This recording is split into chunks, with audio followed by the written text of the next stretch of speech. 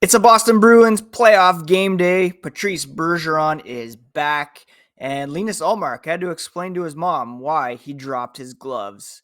Let's get into it on a new episode of Locked On Boston Bruins.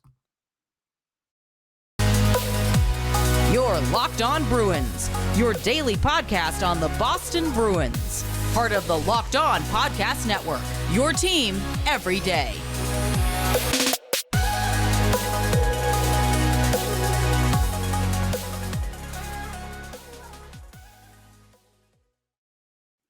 What is up, Bruins fans, and welcome back to the Locked On Boston Bruins podcast. I'm your host, Ian McLaren, and this is a daily show where we discuss all things Spoked B. I want to thank you so much for making Locked On Bruins part of your day every single day. We are free and available wherever you get podcasts and on YouTube, part of the Locked On Podcast Network, your team every day. And a special shout out to the everydayers out there who tune in to each episode. Really do appreciate the support. Today's episode is brought to you by Gametime. Gametime is the best place to get tickets for your favorite events. Download the Gametime app, create an account, and use code LOCKEDONNHL for $20 off your first purchase. Now, it very much looks like Captain Patrice Bergeron will be back in the lineup for Game 5 after practicing with the team yesterday. We're going to talk about that. We're going to talk about Linus Ullmark having to explain to his mother why he was trying to fight Matthew Tkachuk, and take a look at the numbers heading into Game 5. Quick reminder that you can find the podcast on Twitter and Instagram at Locked NHL Bruins, and you can find me, my dad jokes, and hockey tweets at Ian C. McLaren.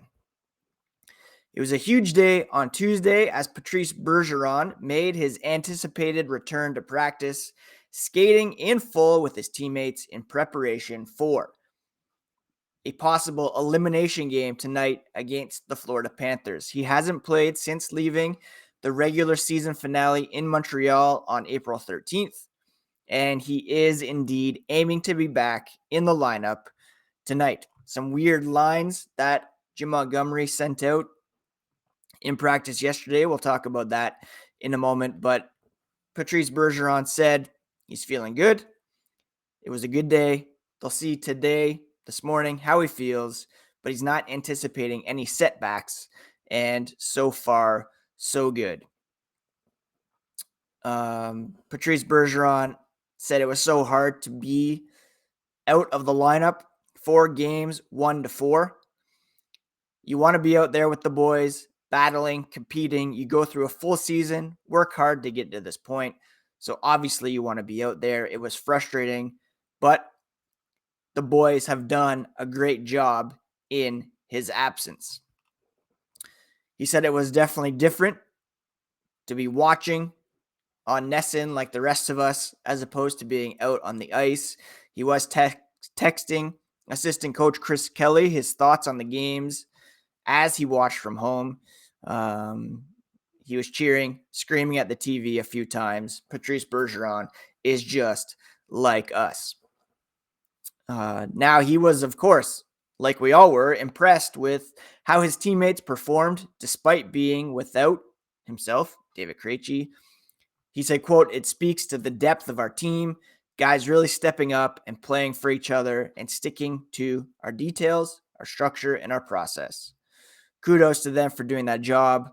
Obviously, a big one Wednesday and a lot of work in front of us. As we know, we have to take it a game at a time," end quote.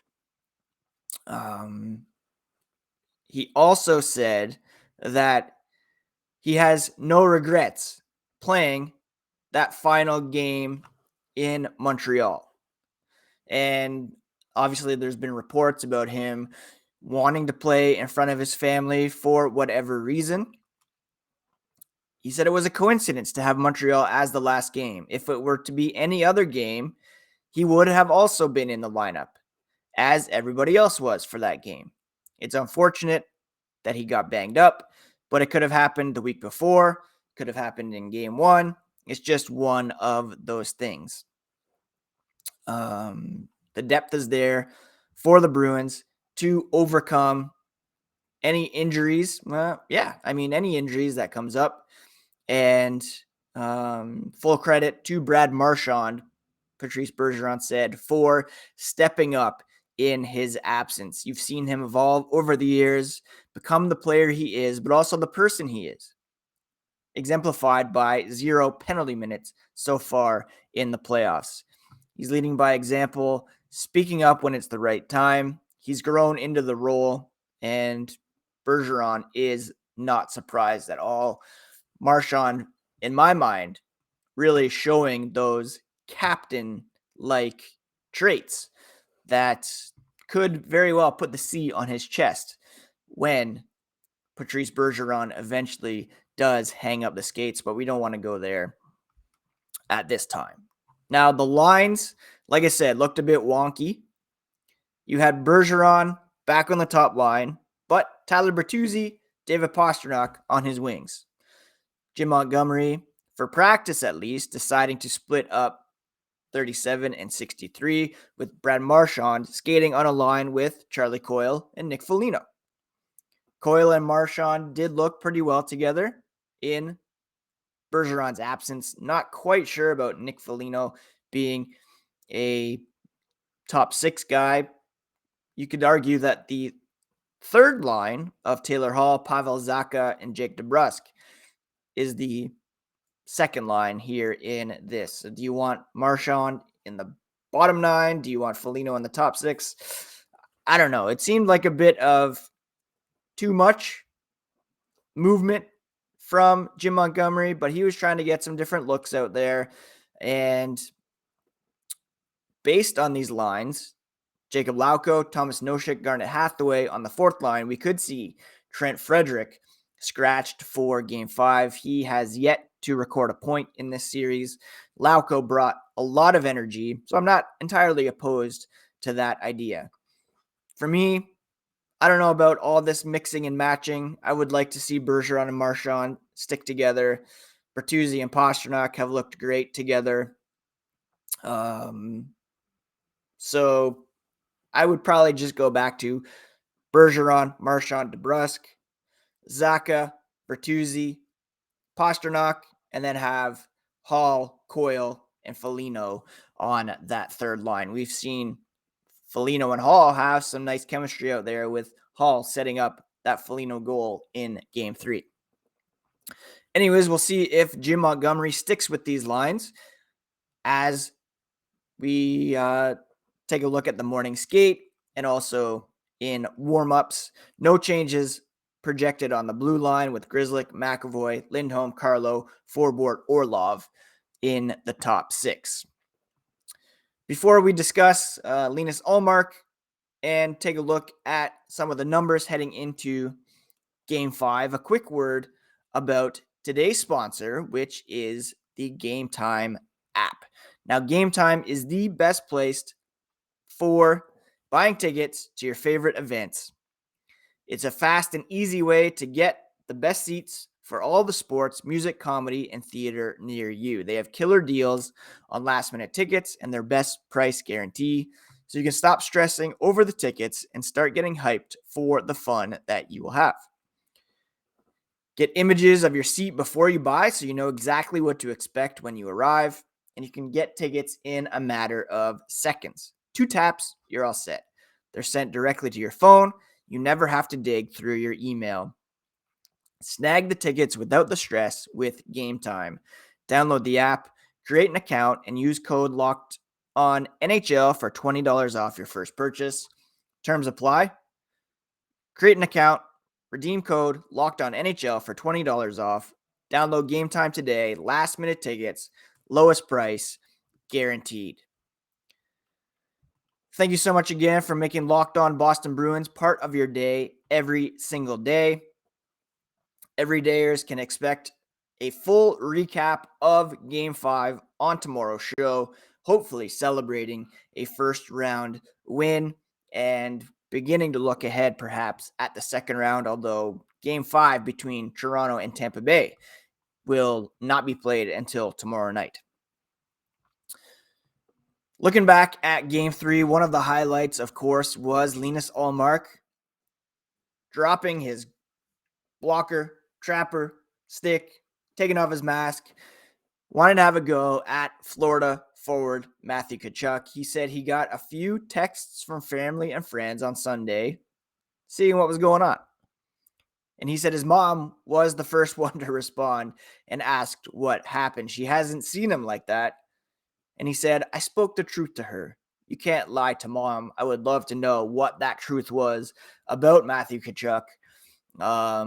Probably not the friendliest of messages, but I'm sure it was family friendly, seeing as he was talking to his mom. He received that 10-minute misconduct after throwing his equipment to the ice, shouted at Tkachuk following a scrum around the Boston net in the closing minutes. Things happened so fast and so quickly, he said. Quote, you have everybody trying to stick up for each other, and I tried to do the same there at the end as well. It's not something that I'm actively seeking out, especially late in games like that. If it was 3-2, I wouldn't have done anything, but it's 5-2. It's a little different feeling to it. End quote. Thankfully, he didn't really toss out any punches. We would hate to see him, of course, injure one of his hands or get punched himself and get a head injury at this point in the postseason. He was asked about any potential ailments he's been dealing with, and he just simply said he feels great. Thank you very much. So expect him to get the start in Game 5 tonight against the Florida Panthers. Linus Ullmark, save for Game 2, has been excellent so far in the playoffs. He has a save percentage of .926, which is, down a bit from his career mark of .938. No, not career mark, but this season's mark, of course, of .938. 10 goals allowed on 135 shots. Game 2, really magnifying that. If you take that out, he has been excellent. David Krejci skated on his own prior to Tuesday's practice, but is not available for Game 5.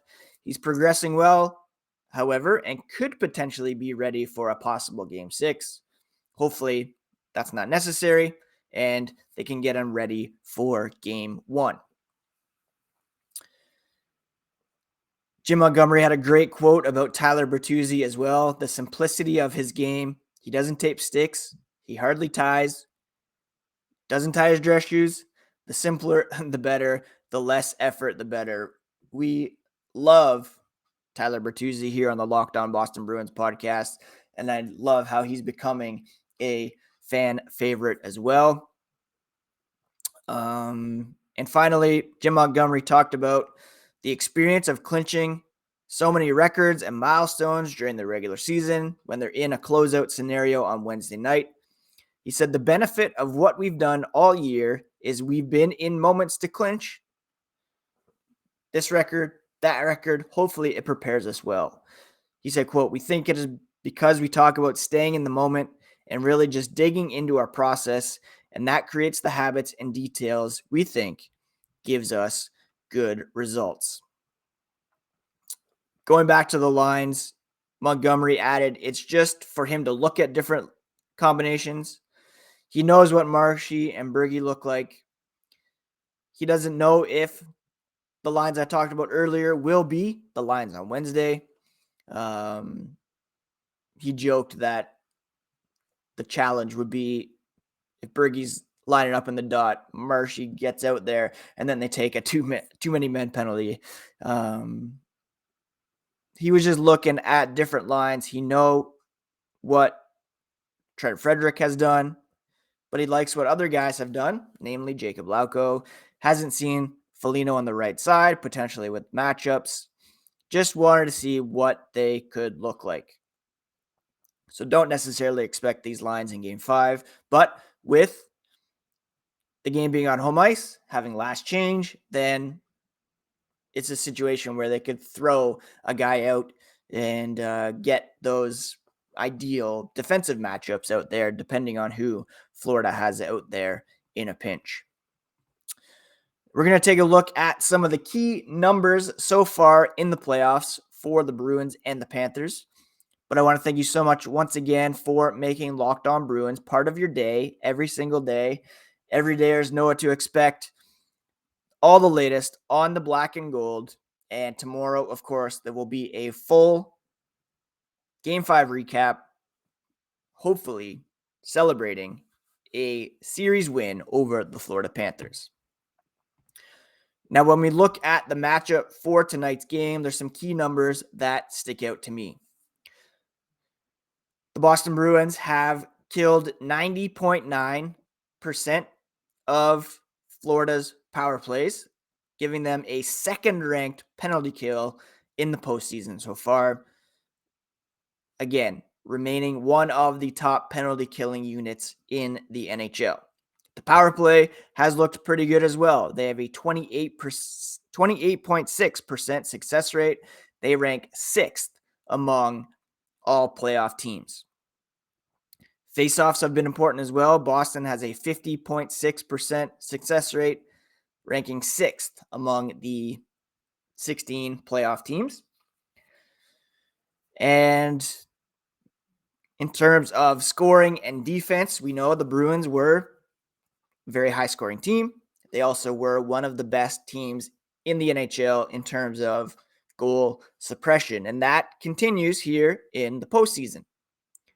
The Bruins are scoring 4 goals per game against the Florida Panthers. That is second most among all playoff teams, and they're allowing only 2.75 goals per game so far. If you recall, back in the regular season, the Panthers kind of had the Bruins number a little bit, and they scored 3.75 goals per game on Boston, most among any team in the NHL this season. Boston's reduced that by a full goal in the playoffs, and therefore they have this great goal differential so far on Florida. Again, the Bruins are the only team so far with 3 regulation wins. Well, actually, Florida does now, but they've played 5 games. They're up 3-2 in their series on the Wild. Bruins with 3 regulation wins, a +5 goal differential, which is tied for best with the New York Rangers, who have a 12-7 gap on the Devils, despite being tied 2-2 in their series. The only team scoring more goals is the Toronto Maple Leafs. They have 4.75 goals per game. Oilers, Lightning, both tied with the Bruins at 4 goals per game. But Toronto Maple Leafs, if you look at the flip side, Tampa, like I said, one of those teams scoring 4 goals per game. So Toronto is tied for second in most goals allowed per game with the Los Angeles Kings and the Florida Panthers, of course. Anyways, that is a quick preview looking at tonight's game. Weird lines heading into tonight, but I expect that was just kind of playing around, and we'll see some more regularity tonight, but we could see some different things, as it's just a testament to Boston's depth that you can take out a 17-goal scorer in Trent Frederic and still be okay. You can separate Marchand, Bergeron, and perhaps be even better, just seeing how Marshy stepped up in Bergeron's absence and what these guys are capable of. We saw that in full effect with Bergeron out of the lineup for the first 4 games, and the Bruins skipped 1 beat in game 2, but remained as solid as ever. Thank you so much for taking some time to listen to today's podcast, my friends. I really do appreciate it. Everydayers, I appreciate you especially, and you can catch all the latest on the black and gold and every other team in the playoffs by subscribing to Locked On Boston Bruins, Locked On fill in the blanks, because Locked On brings your favorite team every single day in hockey, basketball, football, baseball, college sports, you name it, we cover it, and really do appreciate all the support. Have a great Wednesday, my friends, and we'll talk to you again here tomorrow on Locked On Bruins, part of the Locked On Podcast Network, your favorite team every single day.